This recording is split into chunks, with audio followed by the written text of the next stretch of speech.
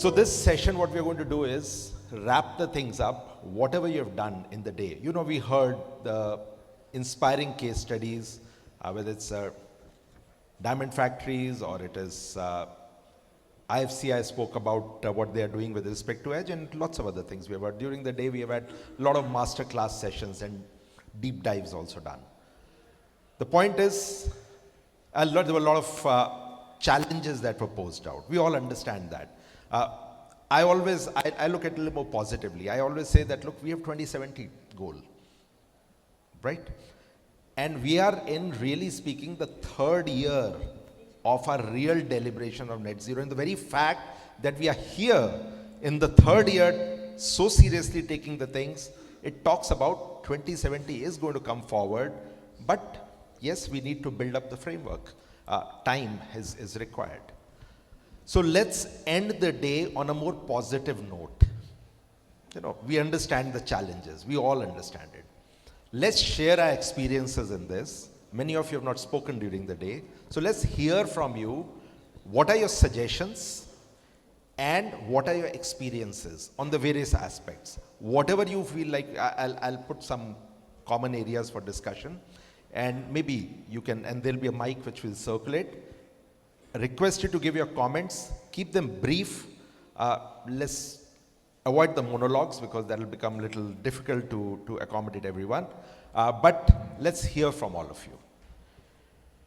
And my first question to all of you is, I do have lots of questions here, but I'll leave this out right for timing. Let's keep it again. I said, okay, so the question is coming. And I'm not going to go through that. Okay, so you heard all that. You know, the big diamond merchants, the big IFC, talking of Brookfields, and we've got many big companies out here. And we always, when we talk of net zeros, when we talk of green, we always look at them. But we have not got the whole green movement or the net zero. The green movement never became the bottom-up movement. It remained a top-down movement and it stayed where it is. The penetration wasn't too much. Sir, you were inspiring, absolutely. How do you think we can, and look, the green was still fashionable. Sorry, Mahesh.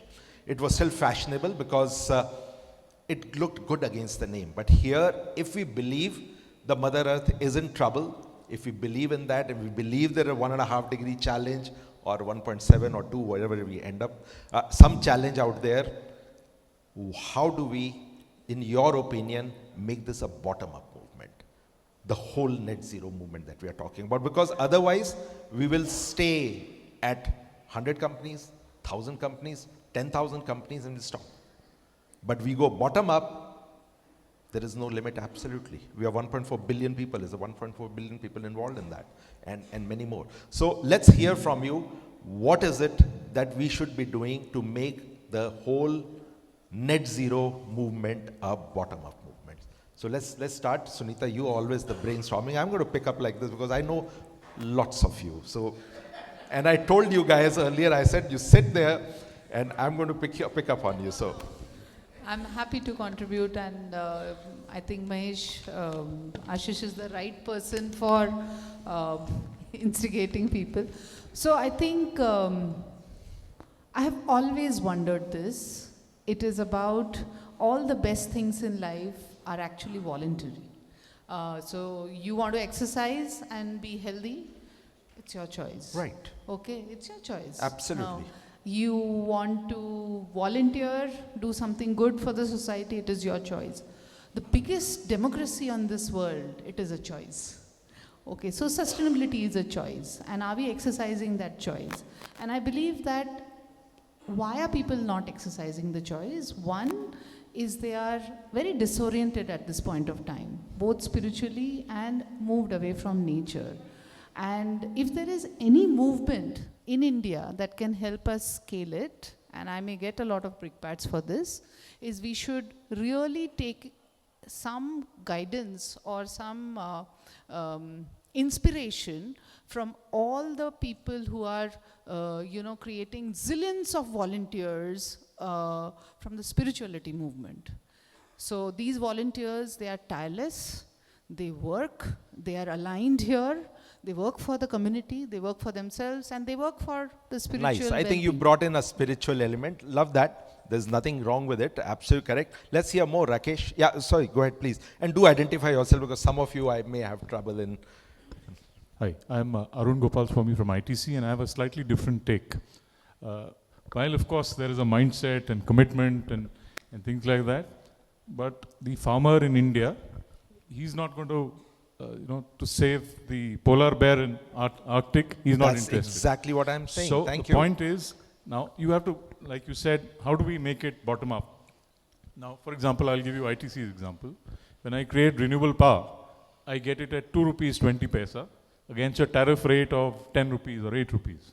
So it makes business sense. And today morning, I think somebody from Zomato said, EV, but how do we, maybe if you make EV delivery cheaper, and it is cheaper because the mileage, if you compare the petrol versus the battery, transportation will be cheaper. Maybe, I think the gentleman from Prestige said, somebody asked him, if I had to create 9 million square feet, what is that additional cost I have to pay to get a net zero house? If it is cheaper, then there is a buy-in directly. So it makes business sense, and I think the only way to push it is to show that business sense to that common man. Right. So business sense is your advice that we go. We had one gentleman here you wanted to say something, sir. Go ahead. Thank you so much. I'd like to combine the two viewpoints, Sunita's and the other gentleman's. Yes, what Sunita said, that it's very important to take a cue from the spiritual side, because the following and the dedication is very strong. What do we do the people who are not so spiritual? No. Leave them behind? So beyond the spiritual part, and what the gentleman also said, that it should make business sense. Right. So our suggestion, and we also work on something around youth, wherein from a younger generation, from a very early stage, if sustainability becomes a part of what you learn, because earlier as a civilization, sustainability was a part of our learning process. Nice. I like that. To get the youngsters involved at a much early stage, and they can bring the change. And it becomes a part of their life. Remember, India has one of the youngest populations at 29 years average. Our 140 crore or 1.4 billion people, the average age is 29 years. And we have a population which is not bringing a silver tsunami, but it is young and it has a lot of things that we can do differently. Yeah. Somebody here had raised their hand. I would like to just add one more thing. So, including the younger generation, also sustainability has to be a part of education system, right from schooling. It cannot, sustainability voluntarily will come, but when students get involved and they into projects or activities which do give them marks as well, they put in more time and effort into it. I like the suggestions, but we'll go later into how do we do that. Yeah, sir, you had raised your hand. Please go ahead. I think, at the risk of, again, being controversial, Be controversial. It's evening hours. We are serving wine now. Come on, guys. Let's call a spade a spade. Yeah. Fundamentally, we need to rethink capitalism. Fundamentally. Money speaks. Because the question that you have to ask promoters is, what can you get for 100 crores that you can't get for 50 crores? Are you willing to leave 50 crores on the table to do some good? Because all this talk of altruism and, behavior, it's great in the long term, but we simply do not have time for that. Sure. Let's hear more views. I love that. Ma'am, you wanted to say something. Next to you, yeah. Hello, I'm Christine Bruckner, architect with M. Moser. I just want to emphasize it's changing the framework. It's rising above and looking holistically. If we look down the line, what is the value? There is no separation of sustainability. Here in India, around the world, this was just best practice, and all of us have just shared some amazing best practices. We just need to integrate them and keep that value at a holistic level. Brilliant. The last one, we'll take more there. Let's change the question after that. Hi, I'm Asim from Tabreed, which is a district cooling utility. The adoption for sustainability will definitely happen if it makes monetary sense. But after it has happened, how much of it does percolate down to the end users and doesn't get mired in the leakages? Asim, will actually galat kaam kar diya. You should not have been the last one. district cooling makes economic sense, and here you are struggling for last 10 years in India to get one project right. So something, That's the I'm only saying in a interaction. positive way, Yeah. something is not right out here. Despite making a business sense, despite doing everything right, you are a prerequisite for going to net zeros. Right. And here we are struggling. What is it? And it all comes down to, again, I'm saying the same thing. It all comes down to, until it's a demand, bottom-up demand-based movement where we're able to educate, we will remain where we are. Yeah. And your last 10 years have gone into educating, and now you're seeing the fruit finally at the end of the day. Yeah. So end customer demanding it from, say, developers. That's actually where the adoption And is it going makes to happen. sense out there, Yeah, right? definitely. Absolutely. So coming back again, you said the education, you said the spiritualism, you said it should make economic sense, you said that also the same thing, that money speaks there. Do you think the net zero is not making sense right now? Okay, let's hear more views. I love that. I just want to make one point. Yes. Everywhere we've spoken about being sustainable, being net zero, being cost saving. Then why do we talk about green premium for product? Why not a green discount? Where is the disconnect? How can you say it's better for a business to go green, but my products are more expensive because I'm sustainable? The two don't make sense. I agree. Yeah, let's hear. The intent was that first we need to understand what actually was the problem. Why I'm telling you this is because we met multiple builders, because those guys are the ones who go and implement. We are talking about bottom up. We spoke to X number of builders, and for them green means landscape till date. And that was the worry area. So to understand what is your problem area, we worked with them.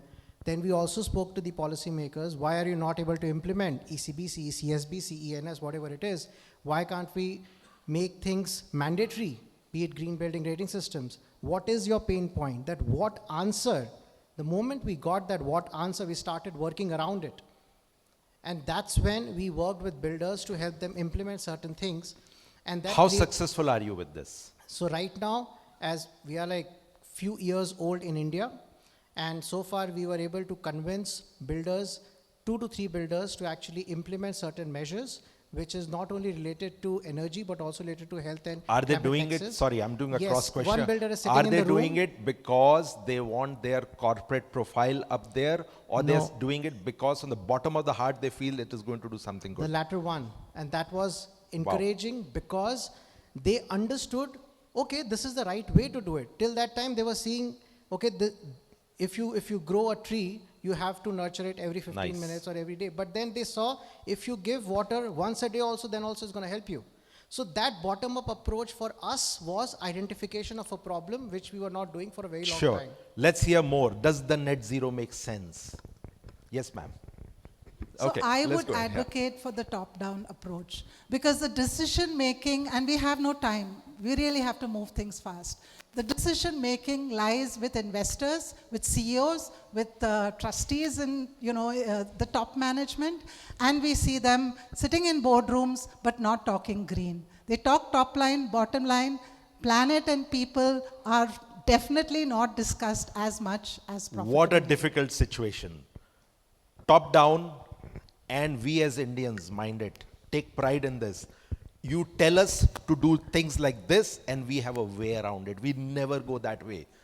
Any policy that you see, we know the way around. Jugaad. Jugaad is the word that we have here. So tell us, do you agree with this? Yes, yes. Identify yourself, sir, please. My name is Zubin Mehta, and I'm working on a startup in sustainability. Everyone likes saying that, I liked where you started, why are we doing top-down? Who makes up a company? Who's responsible for supply chain management? Who's responsible for procurement? Who's responsible for designing the new product? It's not the CEO. Once you say top-down, you need buy-in from the top. But if you don't, if people in your company don't know the first thing about sustainability, they cannot walk into your 4 walls and be the expert at sustainability. They're not going to design the next product that's going to be more sustainable. So Absolutely. the first thing is Until many you people don't know where to believe in this, start. Yes, correct. Right. Any more ideas? Yes, ma'am. Hello. Okay. Just pass the mic there. You please start. Yeah. Go ahead. Sorry. So I have to start with a Sanskrit saying. In India we say Sam, Dan, Dand, Bhed. Yes. Like, I think someone over there spread about making it so that each person understands what sustainability is about. Someone spoke about laws being there, etc. But it has to be a combination of both, because if you talk about exercise, we say so much about yoga, we say, smoking is harmful to health. All of this education is out there, but is it really going deep into the minds of people? Are they really following it? No. So education only does so much. Along with that, you need to have strict laws. In India, we don't have strict laws. I don't think we have got strict laws. So Nice. it has to be a combination of both. Thank you. Yes, ma'am. Please identify. Hi, I'm Anupama from Jacobs. I just wanted to say that I think I agree with a lot of what people have said here about education and awareness. For this really to pick up as a, sort of a ground level movement, I find that even in our local neighborhoods, people are not aware of basics. Like, for example, they run their ACs at 18 degrees Celsius. I mean, do they not know that 18 degrees is the worst thing you can do? They'll sleep with quilts and blankets, but they'll run their ACs at 18 degrees, right? As an example. Throwing garbage on the streets, bursting crackers when Delhi is so horribly polluted, etc., and then blaming it on the farmers, etc., etc. And then when you try to sort of put messages on groups, there's a lot of pushback and criticism that people are not willing to understand that these issues are important for the environment and so forth. Now, having said that, my experience of having worked in the United States, when BIM came, for example, a new technology, companies in the United States were not willing to embrace it, right? How did it get adopted overnight was when the federal government said, okay, from tomorrow you cannot even bid on my projects until you're BIM savvy, until all your systems are on BIM. So I think an approach like that Ma'am, I'll beg to differ with you. I'll tell you where we went wrong in that. The BIM was a design tool. We converted with this regulation top-down coming, we converted into a drafting tool. And how they went around, how the people went around, just outsource it to India. The guys are still working on 2D, drawing in PDFs and sending it here and getting the work done. No, so whole intent of looking into 3D and doing a better design, more efficient, got lost in the process. Yeah, but not every firm is doing it like that. I think no, we are not talking exceptions. We are trying to talk about how to make the zero a bottom-up movement, and that's where we are. Yeah. So where I was going with this is that, for example, in Germany. Okay, I'll give another example. In Germany, Europe is way ahead on the sustainability movement, right? Decades ahead of even the United States. In Germany, they imposed penalties on builders if you put up a new building and you don't have a green roof on the roof of that building and your water is going into the stormwater management system, right, heavy penalties are imposed on you. So things like that really transformed the overall sort of environment very, very quickly. I think we don't have time. So although... Sure, yeah. I'll come back. Now, I just want to change the question because time is up actually. So I want to say, if we get the education right, that's the key which has come out. Everybody has talked about education here. You did speak about the policy, but let's say if we get the education right, do you think India is ready for the net zero movement? Because that gives GNFZ the answer, what they're looking for here today. You want the GNFZ to be successful, the answer lies in education out here. Do you think education is the way to? Yes, let's start with the gentleman here. I don't know you, so please introduce yourself here. Yeah, Selva, go ahead. Okay, we know you, Selva. You're loud enough without any. One important measure we need in India, since I worked with several governments, is visionary leaders. Okay, that is missing in the country. Since I worked with a lot of states, yesterday I was with Tamil Nadu, I'm not seeing that energy level, vision set for the state. So that is really missing. So you're saying leaders are missing? Leaders, real so even if we do leaders. Education, the leaders are missing. No, okay. They need to own it. Yeah. Second point, I feel really we need punitive measures, penalties. Heavy penalties should be there. So you're like a tariff guy, right? No, we need required. Right, we have to hammer them. I hear you. I know who you are. Okay, let's see. Look, I need to keep it light. We are friends, so I can pull his leg anytime, right? Hi, I'm Sri Kumar from BNB, Security Automation, one of the sponsors. To your question, how can he threw in money at us, huh? We are the sponsors. Okay. So, you better let me speak. Huh? Yes, Ashish, sir. to your question as to is education the first step, I would go to the most important catchphrase in ESG, materiality. So I would say that it has to be material to the bottom. In the sense, when Arun from ITC Foods and I think Ramnath from Godrej spoke, they spoke about how the watershed programs actually benefited the bottom rung of the society, the lowest strata. I think more than education, there has to be some kind of economic dividends, something which is material to them. I'm giving a spin to the word of materiality there. Understood. Okay. Okay. I hear you, and I do have answers to that. Yeah, go ahead. Okay. Hi, I'm Gokul. Education is great, but I think there should be something that India and a lot of other developing economies expect from the developed economies. We want the developed economies to take responsibility for the catastrophe that we are in. It's already done. Yeah. So you want... No, we are a bigger catastrophe standing here right now with the third largest emitter in the world, and there is no stopping us at this point of time. Remember that. Yeah. Exactly. So while we argue that funds must come into India to support us, I think they are not coming. It's fine. Whether they're coming or not is okay. The whole COP failed thanks to India being the primary one, where $3 billion are being offered to us. Sorry, $300 billion are being offered to us. This doesn't take us anywhere. It's my point was actually taking the same problem but within India. I would love to see more examples like what Arun was highlighting, where we spoke about how money has power. Within our means, if there are ways in which corporates or big companies which have the money can use it in some way in order to help some of the communities that need a lot more support. Sure. We become more sustainable within. We don't have to, we become more resilient. Sure. Mitakshi, let's hear from you. Yeah. Hi, my name is Mitakshi. I'm going to continue what the gentleman out there was talking about, which is calling a spade a spade. We have discussed a lot of things today, heard about a lot of really, really large numbers.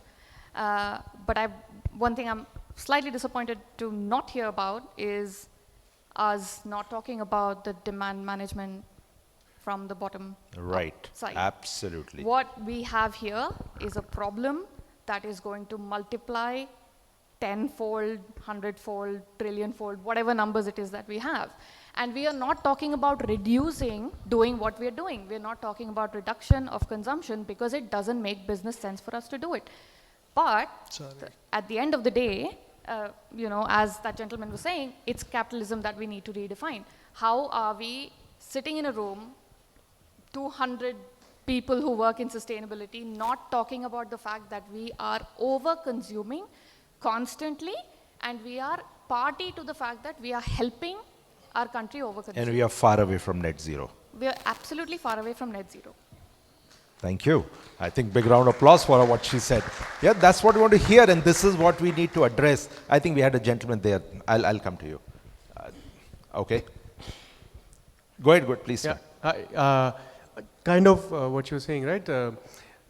Your question was, does net zero make sense? Correct. Make sense in what sense? Business sense? No, I said, is India ready for net zero? If we get the education right, this is what my question was. I think education is not a problem. I think there's education school levels is there. I disagree that education is the issue. I think the biggest problem we have is defining what is net zero.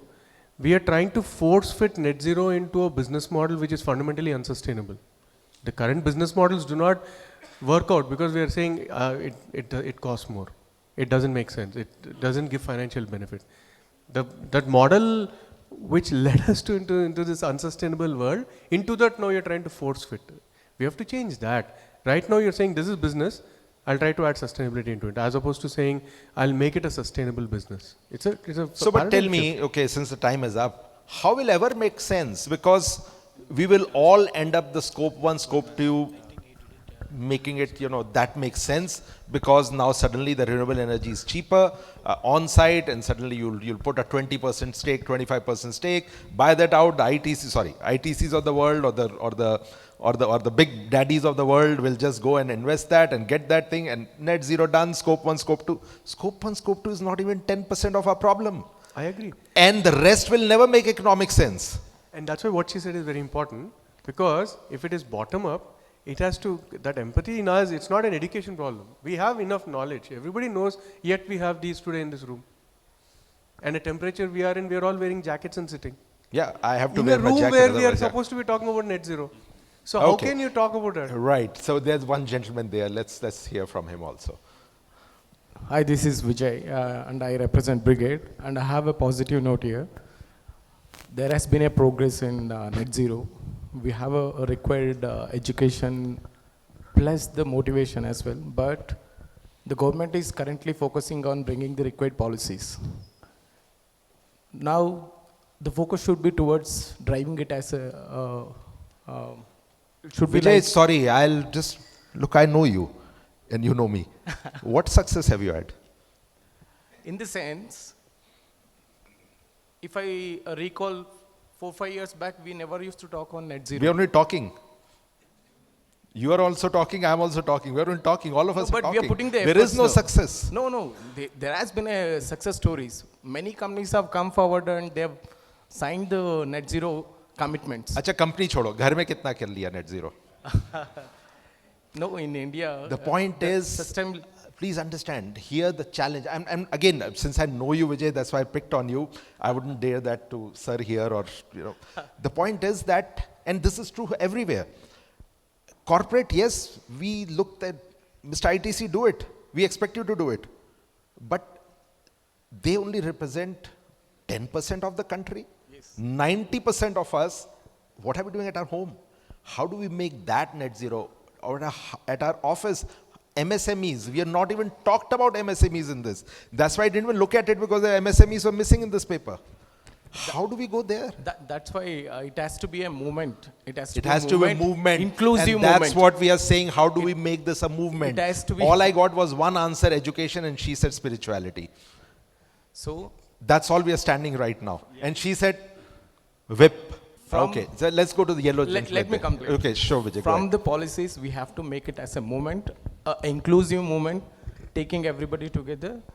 And sometimes we should adopt a carrot and a stick approach. Sure. Okay. The gentleman there, please. Yeah. Identify yourself. Hi everyone, my name is Saurav. I'm founder of a company called EcoPath Innovations. We are venturing into precast roads, and we are making this precast concrete road without using cement. So we have replaced 100% cement from our concrete solutions. Now the question that you asked is education sufficient in this industry? Out of my experience, when I go and talk to any of my clients, which are private real estate people, it's not that they don't know and they do not have the intent. The first question is it going to save me money or not? And that's what I say first. My first point to my clients is, I don't want to talk about sustainability at all. Let me first tell you that whatever you are doing right now, I'll save you money. Now let's talk about sustainability afterwards. So that's, I think, this is how... अरे वो बेचारे वो बीच table वाले, sorry, Ashish, वो कहते कहते थक गए कि the district cooling makes economic sense. आज तक तो वहीं बैठे हैं. Sorry यार. Again, you are our industry only, so I can pick on you. Yeah. No, but वो भी तो नहीं काम कर रहा.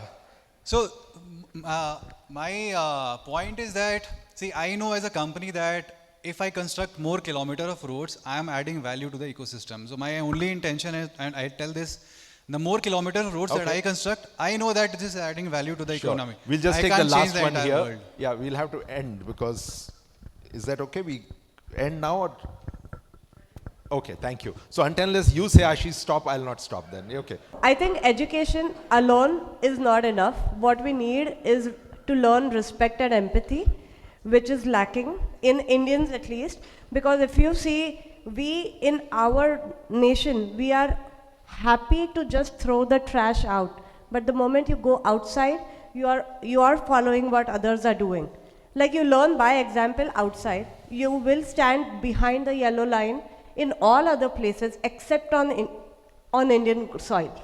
So we just follow what the herd is doing. And we just think that because that person is doing, it gives us the right to do that. Sure. I think the way to reverse it is just by doing the right thing, and exponentially it should grow. And because we are such a big economy, such a big demographic, that even if one person impacts 10 people, and there are so many that it could soon reach grassroots So you're level saying the very same easily. thing, that if we get the leaders, which is what was coming out, right? If we have some leaders, they can start inspiring, and we can make this a movement going forward. Yeah, okay. So let's hear more views. The gentleman there, right? Please identify. Himanshu from Sustanium. I think we... Yeah, when we had this green thing, when we had this automation thing going on in the world, every company became smart. So smart this, smart that. Then came the green movement, and it became green. Then now comes the zero movement. Now it's either eco or, okay, go ahead. Thank you, sir. I think quite simply we need a very good marketing campaign, like a Swachh Bharat campaign, which caters to everyone. Probably Shunya Bharat is something we can do. You know this gentleman is as smart a marketing person he can be. So you have the best person to do marketing there. Yeah. Something which is nationwide, which we can do, right? Which caters to everyone. People can connect to it, and then we spread the message and ultimately achieve what we want to do. So excellent. Thank like you. That. Okay, let's hear from Ashish there, because I really picked on him, and then Rakesh, and then come to you. You took my name, that's why I thought I will also jump in here. Course. So I think, in my opinion, the main factor for not going for net zero or any other sustainable measure is lack of self-motivation. Because every person feels that what is it in for me here. Because I've seen a lot of people, building their houses, and they are not really putting in those efforts kind of things. So there is seriously lack of So you think her solution is not going to work? She's now ready to leave the room. Her solution is not going to work of the stick, because there is no self-motivation. Because you said about jugaad, people will find out ways and means to bypass that. Okay, fine. Rakesh, yes. So I have a different take, Ashish. Okay. Yes, I know you always have a different take. Nothing new, yeah. And he told me, he says, Ashish, I'm going to sit there and trouble you. So let's all accept the idea that there is something called deceleration. We cannot keep on accelerating for a lifetime. Because, 10 years of acceleration will take us to 15 years of backward movement. We are already seeing this in the developed nations. We are seeing this in China. We are trying to now grow beyond what is required, and then we will also reach a peak, and then we will stop growing. That is one concept. So automatically, the moment we accept that we can, why only accelerate always? We can consolidate. So by that time, you build all the sustainability principles through education and all. The second principle is, I think black swan events are good for us, because it slows down the entire growth, and then it brings back the nature restores nature or detoxifies nature. How many of you are ready to brickbat him right now? The guy is saying the economy should slow down. That's what he's trying to tell us. You will leave us praying only, huh? Praying to God after that. That's what you want. Then we'll become spiritual and we'll become net zero. You both of you are hand in hand. I can see this, yes. Excuse me. Yeah. Can I? So I can't see you. Where are you? Yeah, okay, go ahead. Hi. My name is Sijo Purushothaman. I represent Kailasnatha Educational Trust. So it's a different perspective which I'd like to bring to the table. Please. Everybody over here is from the supply side in the economy currently. And when you look at it from a demand side, there's more demand, the prices, there'll be more business, and also the prices will come down. And for that very reason, many of the members over here mentioned about education being a primary reason. And I am in the segment of primary education. Once the base is built, it will take time, maybe 5 years plus. With the right policies on one end from Ministry of Education, across the spectrum, it will create an impact. It's as, if I can give an analogy, most people today, if you go to a regular, simple middle-class restaurant, would prefer a mineral water bottle versus a glass of water which they take it from their boiled glass. So automatically cost is not a point. It becomes a culture, it becomes a perspective. Right. Right. No, So you said the right thing. Anybody else wants to add? Yes, ma'am, you first. Yeah. I just want to add to what's been said and maybe reiterate. At the beginning, here we are in India, and you started with 29 years old is our median age, filled with opportunity and promise, filled with a history of extremely sustainable growth in terms of how people use their land, how we grow. Here we have the opportunity to look generations into the future, to raise the awareness that every decision we make impacts our life, our health, our children, our grandchildren. Really refocusing on that simple truth is the way forward. Ma'am, the biggest problem today is, and I'll answer it, we have been told, generations of us have been told now, we are backward and the way forward is build large houses, put air conditioners in the house, because that's what the West has done. Now that generations of education in our head is telling us, I'll give you a fact and figure which will be worrisome for you. Today in India, penetration of air conditioners is 7%. 7%. And developed countries, so-called developed countries, have a penetration of 70%. And India is getting ready to become a developed country by increasing the penetration of air conditioners, leaving our tradition behind, picking up the culture of thermal comfort, which is defined at 22 degrees or 24 degrees centigrade, getting ready for 70% penetration of air conditioners by 2047, when we'll be a developed country. And 2047 is not far away. We are sitting in 2025, we are just 22 years away. Another fact that I can tell you is, just the air conditioners in India, by 2047, the energy that they will consume will exceed the entire energy consumption of Africa. We will be developed by that time. And we have to be net zero also, which is what Mahesh is telling us. The whole evening was about that only. So let me end this because it's 7 o'clock. In all fairness, you guys have to have a drink and then go home also. You want a last word? You do it, okay? Hi, I'm Abhijit Sharma. I would like to speak from the industry side also, though I'm from the social side. Industry will have certain challenges during the transition, because industry has its own supply chain, and that supply chain is based on, the existing practices. So if you look at construction, then your materials availability and other things, and even the skill sets available is going to be on the traditional side.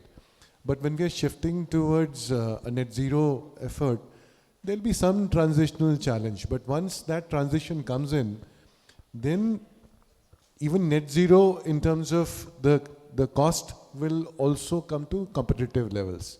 So initial, as Sir just said, Mr. Selvaraj, that certain strong regulations will have to be there, and also industry, as we see today, that we are all here to discuss. Thank you. You actually summed it up for me. This is exactly what I was going to say. Capitalism is here. It's here.